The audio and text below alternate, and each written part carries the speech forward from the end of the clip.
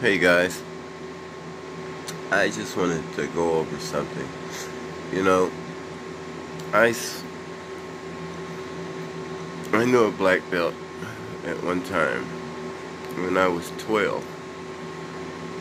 I've always been a good grappler. I've always been really strong and wrestle really good ever since I was a kid. You know, wrestling with my older cousins and friends that were stronger than me because I was a little scrawny. Nothing, so I had to learn. Anyway, I got to where I was loving it, and being around them and wrestling all the time. And my point is, I had a couple of black belt friends that were older than me, about 10 years older than me. So they were 22 and I was about 12, 13.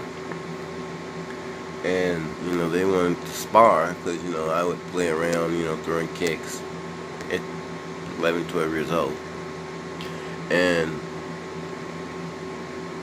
here he was throwing these fancy high kicks at me, and I timed him and I slammed him on his butt. And when I slammed him, he just kind of looked surprised.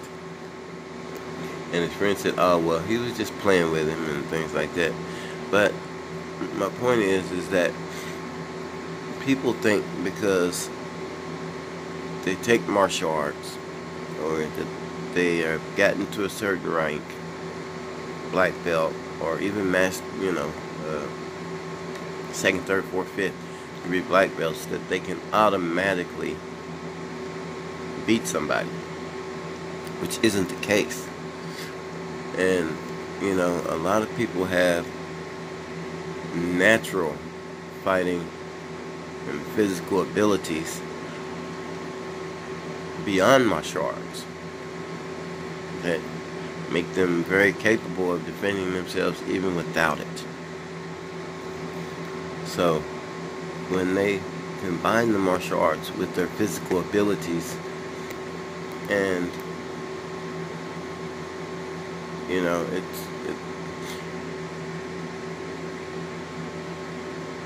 I don't know, it just makes you it's just another challenge, because then you learn the proper forms and the right things, and in a way it's good.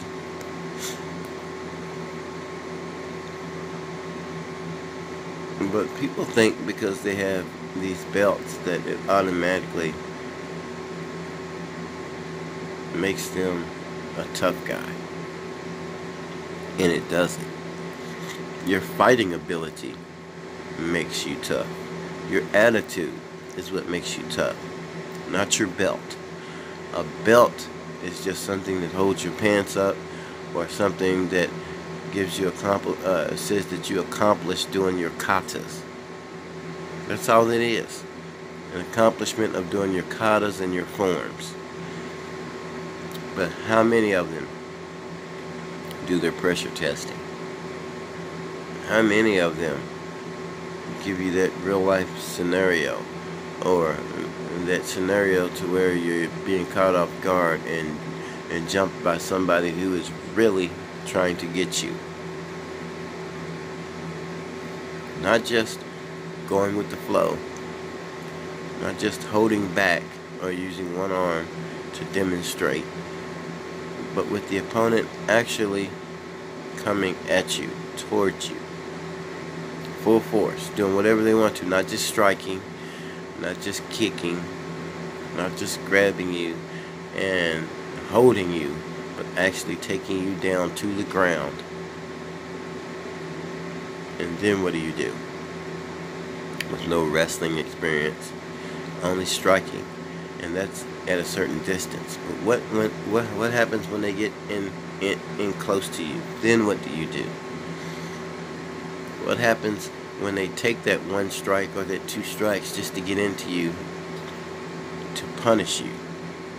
What happens when that bigger guy or that stronger guy overpowers your arm lock or your joint grab or any of that, or your pressure point technique, what happens?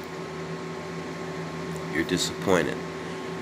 You lose your self-confidence because your ego allowed you to think that your belt or your martial art was superior to someone else. Everything is not always what you see.